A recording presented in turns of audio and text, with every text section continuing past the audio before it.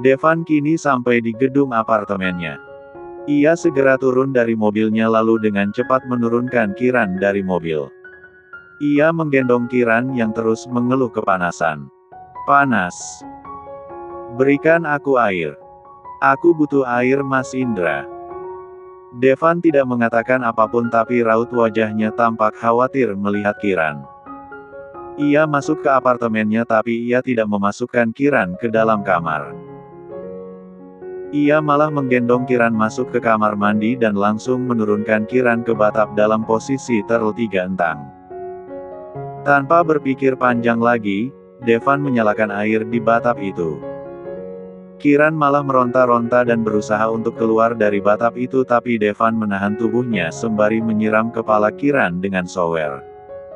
Apa yang kau lakukan? Minggir. Berontak Kiran berusaha menyingkirkan tangan Devan. Namun tenaganya kalah dari tenaga Devan yang lebih kuat darinya. Aku akan berhenti sampai kau sadar kembali. Devan terus menyiram kepala Kiran sampai Kiran merasa kedinginan. Devan berhenti saat melihat Kiran tidak kepanasan lagi. Kiran malah menggigil. Devan melepaskan jas luarnya lalu memakaikan jas itu di tubuh Kiran. Ia kembali menggendong Kiran ke kamar. Devan berdiri setelah ia selesai mengganti pakaian Kiran. Sambil menatap Kiran, Devan menghela nafas panjangnya. Dasar perempuan merepotkan. Devan melihat Kiran sudah tenang hingga ia pun masuk ke kamar mandi dan membersihkan tubuhnya di sana. Beberapa menit kemudian, ia keluar dari kamar mandi dengan memakai handuk yang melingkar di ping 4-nya. Sesaat, ia berdiri memperhatikan Kiran kala ia berniat untuk masuk ke ruang ganti. Ia tampak lega melihat Kiran sudah tak bergerak lagi. Kiran tampak tidur lelap di sana. Lalu Devan kembali melangkah masuk ke ruang ganti pakaiannya. Ia memakai pakaian santainya di sana kemudian keluar kembali. Tanpa merasa canggung, Devan naik ke tempat tidurnya dan berbaring di samping Kiran. Namun ia berbaring miring membelakangi Kiran yang sedang berbaring terlentang. Bahkan Devan berbagi selimut dengan Kiran. Matahari muncul di sela-sela jendela.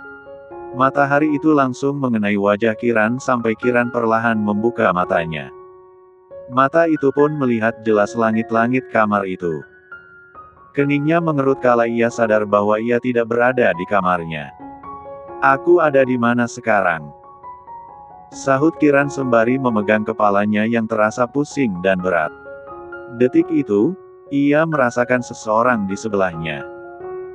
Perlahan tapi pasti, ia menoleh ke sebelah kirinya dan melihat wajah Devan yang menghadap ke arahnya. Pria itu berbaring miring ke arah Kiran hingga Kiran bisa melihat jelas wajah Devan. "Ah!" teriak Kiran yang membuat Devan membuka matanya. Dengan cepat, Kiran bangun. Ia duduk sembari menatap Devan dengan mata melotot. Sedangkan Devan menggerakkan tubuhnya sampai posisi terlentang dan dengan santainya meregangkan kedua tangannya ke atas. "Devan." Devan menyahut tapi ia tak menatap Kiran. "Kenapa kamu ada di sini?" tanya Kiran yang tampak kaget sampai ia tidak bisa mengatur nafasnya dengan baik. Devan akhirnya menatap Kiran. "Ini kamarku." Kiran melihat sekelilingnya, melihat jelas lagi kamar itu. Di sana ada bingkai foto Devan di atas meja dan ada miniatur mobil balap yang menandakan bahwa kamar itu memang kamar Devan. Dengan cepat, Kiran beranjak dari tempat tidur itu. Namun ia kembali terkejut kala ia melihat dirinya hanya memakai kemeja saja. Ia tidak memakai celana panjang dan hanya cel-4-nya dalam sampai B3 tis dan pa-4-nya terlihat. Kemeja itu tidak menutup semua tubuhnya. Hanya menutup sampai cel-4-nya dan 4-nya yang tidak terlihat. "Ah!" Kiran kembali berteriak hingga membuat Devan kesal. Devan bangun. Ia duduk di sana sembari menatap kesal ke arah Kiran. "Bisa diam gak sih tante? Berisik. Telingaku bisa pecah kalau tante teriak terus." Ini yang ganti baju tante siapa Devan? Tanya Kiran. Di sini tidak ada siapapun selain aku. Hantu juga tidak ada di sini. Jadi, menurut tante siapa lagi yang ganti kalau bukan aku? Kiran marah dan tidak terima Devan mengganti pakaiannya tanpa izin hingga ia melangkah mendekati Devan. Plak. Tamparan pun mendarat di pipi Devan. Devan terkejut tapi ia tidak mengatakan apapun dan hanya memegang pipinya. Kurang ajar sekali kamu Devan. Beraninya kamu melecehkan tante. Tante ini istri om kamu. Berarti tante kamu juga. Harusnya kamu tidak melakukan ini pada tante. Tante, lupakan kejadian semalam. Anggap tante tidak ada di sini. Jangan pernah ungkit lagi. Tante juga akan anggap kejadian kita tidur adalah kesalahan. Kiran memotong kalimat Devan. Ia mengira bahwa ia dan Devan sudah berhubungan semalam sampai ia mengatakan itu semua pada Devan. Tante. Tenang saja Dev. Tante mandul. Jadi, tante tidak akan hamil. Kamu tidak perlu khawatir tentang kejadian semalam, oke? Kiran kembali memotong ucapan Devan, dan itu membuat Devan kesal tapi Devan memilih diam. Sebulan berlalu. Akhirnya Kiran memutuskan untuk bercerai dengan Indra. Setelah mendapatkan surat cerai Kiran merasa lega meski tak menjadi menantu kalangan atas tapi Kiran cukup lega karena ia menjalani hidupnya tanpa merasa tertekan lagi dengan tuntutan dari siapapun. Termasuk dari Indra dan ibunya yang menginginkan dirinya hamil. Akhirnya aku bercerai dari kamu Mas Indra. Aku tidak akan menyesali ini semua karena ini adalah keputusan terbaikku. Aku harap kamu juga tidak akan menyesalinya, batin Kiran. Kiran, aku sudah memberikan CV-mu pada Elwin. Kamu tunggu kabar darinya ya. Kiran menerima pesan dari Jenar tapi Kiran mengabaikannya karena ia sudah tak memikirkan tentang pekerjaan sebagai sekretaris setelah ditolak di mana-mana. Ia hanya ingin fokus dengan pekerjaannya di kafe yang pasti memberikannya uang untuk memenuhi kebutuhan sehari-harinya. Di tempat lain. Apa ini ide kreatif yang kalian bilang? Devan marah kala melihat ide proposal milik karyawannya yang tidak sesuai dengan harapannya. Padahal ia sudah meluangkan waktunya untuk rapat ini dan mendengarkan semua ide kreatif mereka untuk perkembangan bisnisnya. Namun Devan tidak menyukai satupun ide dari mereka. Devan Abraham Surendra, pria berparas tampan yang saat ini menjabat sebagai CEO di SA Corporation, perusahaan besar milik sang kakek. Di usianya yang ke-27 tahun, ia sudah mendapat 2 gelar di dunia bisnis. Pertama, ia mendapat gelar sebagai analisis bisnis terbaik di Amerika. Kedua, ia mendapat gelar S. Sarjana Bisnis Internasional yang membuatnya pantas diberikan posisi Chief Executive Officer oleh Tuan Surendra. Gelar yang ia dapatkan itu, bukan hanya sekedar gelar semata tapi ia memang punya kemampuan yang sudah diakui oleh Tuan Surendra dan para pemegang saham di perusahaan itu. Devan sukses dalam karir. Namun ia tidak sukses dalam percintaan. 10 tahun lalu, ia menjalin cinta dengan seorang gadis di sekolahnya. Namun gadis itu tiba-tiba pindah ke luar negeri dan sampai saat ini, Devan tidak tahu kabar mantan pacarnya tersebut. Devan menganggap itu hanya sebuah masa lalu yang tidak bisa dijadikan masa depan untuknya. Sebab, sejak ia putus dengan gadis itu, Devan kembali menyebar virus cinta ke berbagai wanita. Tak hanya satu wanita tapi beberapa wanita pernah dikencani Devan sejak berpisah dari cinta pertamanya.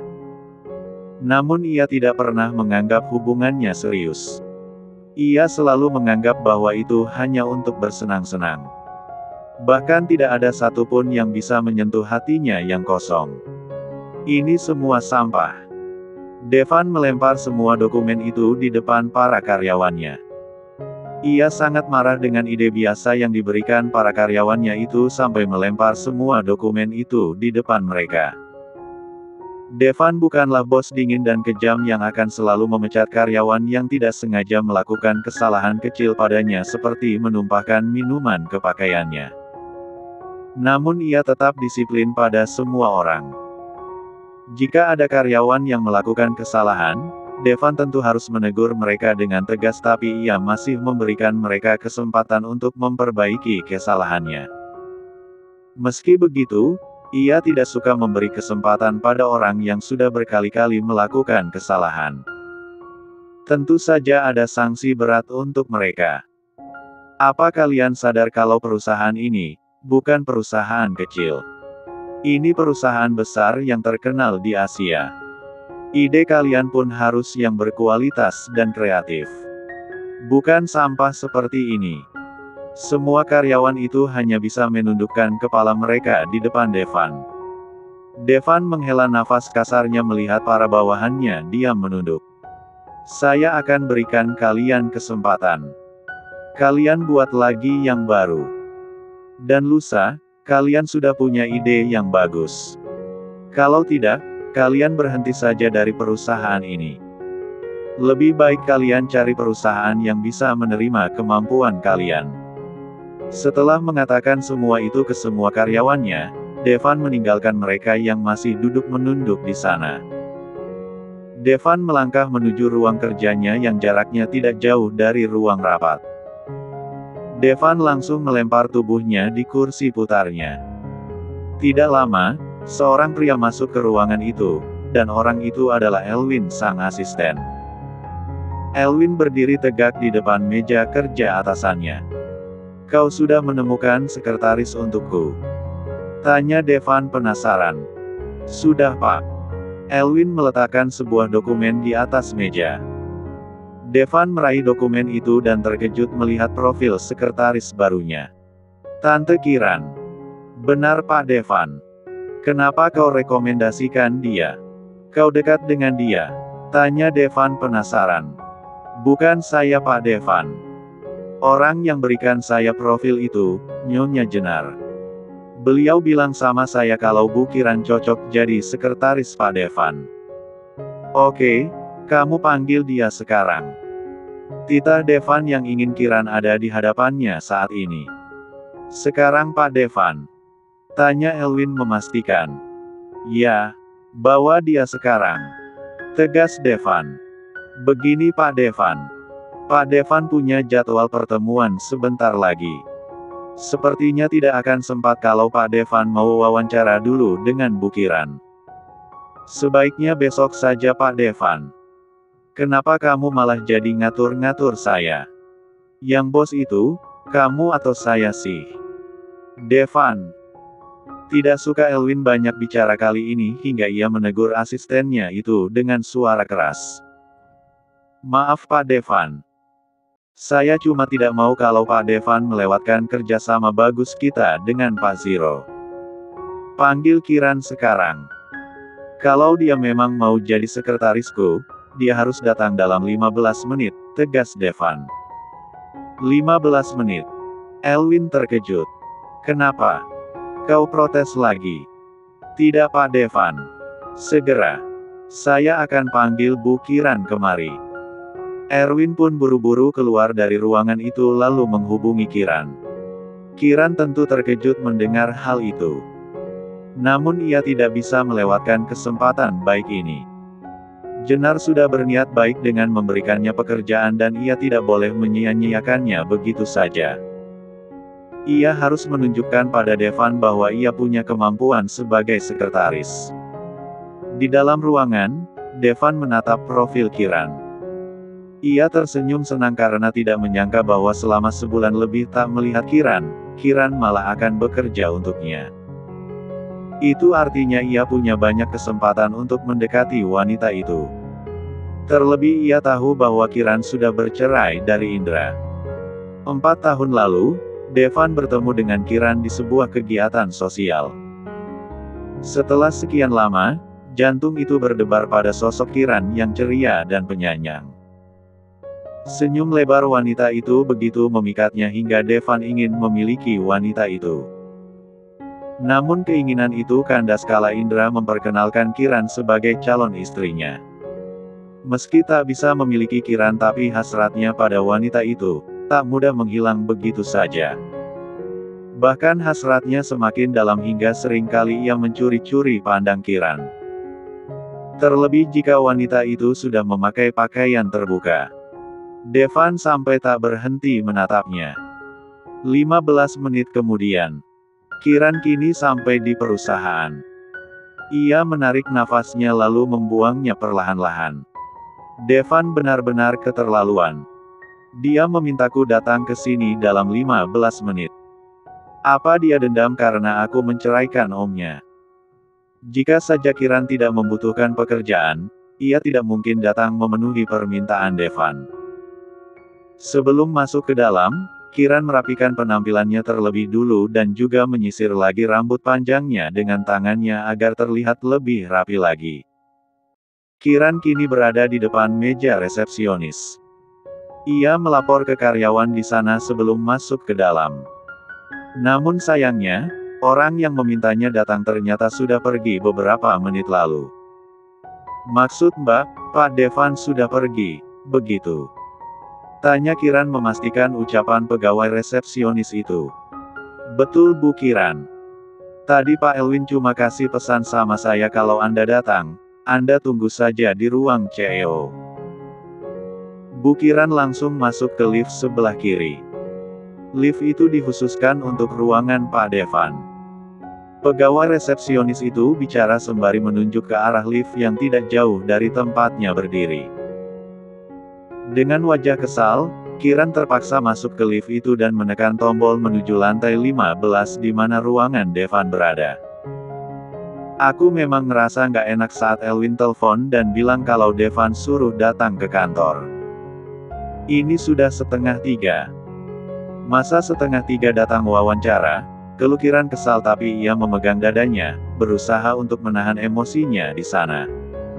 Sabar Ki. Sabar. Kamu itu lebih tua dari dia. Walau dia sudah jadi pemimpin perusahaan tapi pikirannya pasti belum dewasa. Pintu lift terbuka. Kiran keluar dari lift itu dan di sana kosong. Tidak ada siapapun di meja kerja sekretaris yang ada di depan ruang CEO. Namun Kiran tetap duduk di depan sana, menunggu Devan datang. Sampai pukul 5 sore, Devan tidak datang. Kiran tidak bisa menahan kesabarannya lagi. Ia pun menghubungi Devan tapi nomor Devan tidak tersambung. Astaga! Dia sedang apa sih? Kiran beralih menghubungi Elwi untuk tahu keberadaan Devan. Halo Elwin. Bu Kiran. Saya baru mau menghubungi Bu Kiran untuk kasih tahu kalau. Di mana Devan? Aku mau bicara sama dia. Saking kesalnya, Kiran sampai tak memberi kesempatan Elwin untuk bicara. Baru saja meninggalkan restoran Bu Kiran. Dia minta saya hubungi Bu Kiran untuk kasih tahu kalau tempat pertemuannya pindah di apartemen Pak Devan. Bu Kiran langsung ke sana saja. Astaga! Kiran langsung mematikan panggilan itu dan buru-buru meninggalkan ruangan Devan. Awas saja kalau kamu main-main lagi, Devan. Perempuan berusia 33 tahun itu, mengomel sembari melangkah keluar dari kantor Devan. Ia menaiki taksi menuju apartemen Devan yang jaraknya tidak jauh dari perusahaan. Hanya 15 menit, taksi berhenti di depan gedung apartemen elit milik Devan. Kiran turun dari taksi itu lalu berjalan masuk dengan langkah memburu seolah ia sedang mengejar seseorang. Saat berdiri di depan apartemen Devan, Kiran langsung menekan bel apartemen itu dan tak lama pintu dibuka. Kiran terkejut melihat penampilan Devan yang tak memakai baju dan hanya memakai handuk yang menutup tubuh bagian bawahnya. Rambutnya basah. Begitu juga dengan tubuhnya. Astaga! Kamu abis ngapain Devan? Nggak lihat. Aku abis mandi tante. Terus tante ngapain datang kemari? Karena kamu yang minta. Gimana sih? Oh sorry. Aku lupa. Ya udah masuk tante. Devan pun menarik pintu sembari menggeser dirinya ke samping agar Kiran bisa masuk. "Tante masuk kalau kamu pakai baju," tegas Kiran. Tanpa mengatakan apapun, Devan tiba-tiba menarik Kiran masuk ke dalam. "Devan!" teriak Kiran.